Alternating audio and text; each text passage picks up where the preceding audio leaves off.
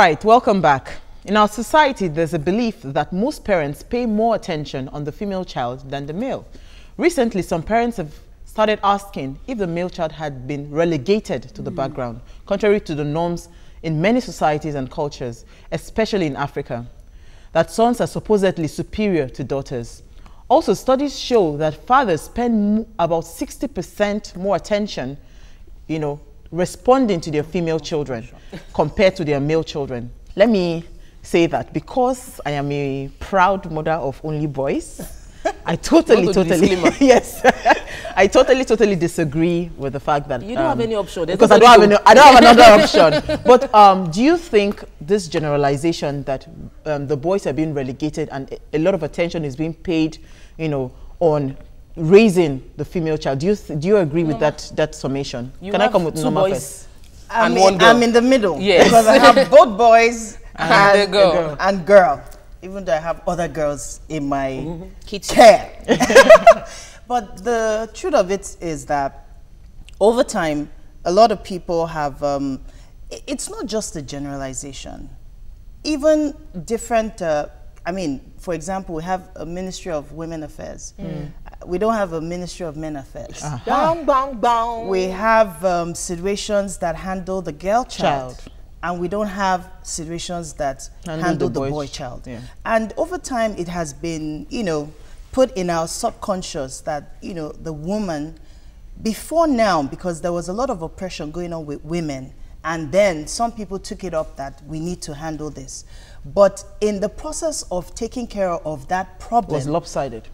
At the end of the day, the boys have been neglected over time, and then you see it in the quality of men that we have now. But Unoma, people are already addressing this a bit because in recent times they don't refer to the they say gender-based violence, so as to say that this cuts across male and female. And so when they're also mentioning talks about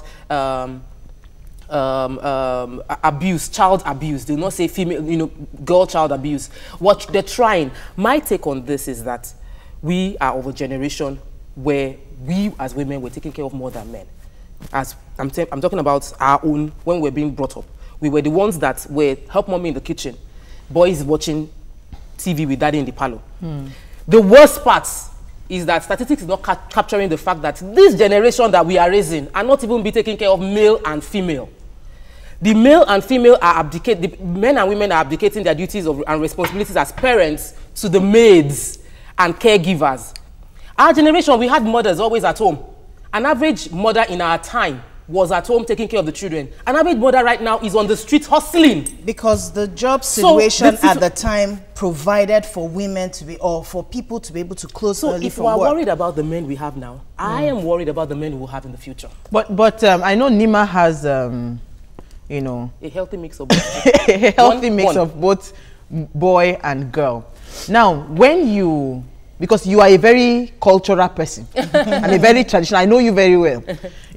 Do you raise? Are you raising both children? Are you raising them differently, or are you instilling same values for both of them? Value for a baby. They're still very young. It doesn't matter. My boy is a baby, but what I experienced growing up, I had just a brother and several other cousins, male, but we're all girls. And I noticed that my parents did not particularly relegate him on certain things, like, for time to be back home and all that. They left him. But when it came to household duties, domestic chores, they demarcated what he could do. What they felt needed strength, like cutting grass, during the Ileya, killing and slaughtering and shaving of the ram, it dealt with. But we girls, you knew where to cook. So I don't want to believe that, it's just that as Africans, we know whose place is what.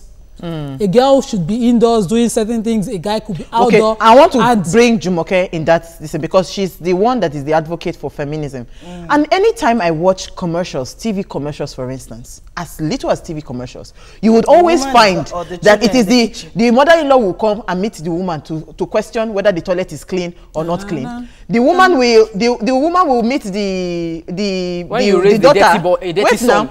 The woman will meet the daughter and say, "Auntie, have you cooked a nice meal for my son?"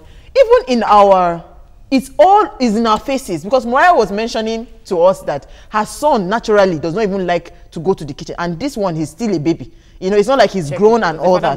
So, but I am thinking that I don't think that boy was, I mean, is a natural thing. I think it is based on what we see every day. It's in our faces. And you are an advocate for the female child. How would you strike a balance even from that angle? Okay, so we have the warped view of gender roles already. Yes. So it is evident. Yes. Listen, right? There's a radio station I love so much. Every time I hear a particular advert, I switch it off. Where the a man and his friend are discussing, and they're talking about gold, silver, and the wife runs in, honey, tell me you're cheating on me. Who is silver? As in, women are not that dumb. You hear gold and silver and you think that your husband is cheating on you. But you will find that the view of the society about gender roles are so defined. Yes. Now, some people, like Mariah's claim, will claim that it's innate for boys to want to do manly roles and girls to want to. So you will buy the girls' dolls and buy the boys' balls. But again, I would say that your children are programmed directly or indirectly by you. True. They don't do what you tell them to do, they do what you do. So you say, my children love bread. Who introduced them to bread? I totally agree all the time. I totally agree with you, because I'll come to Norma. When my children, for instance, because my husband and I, we are in the kitchen.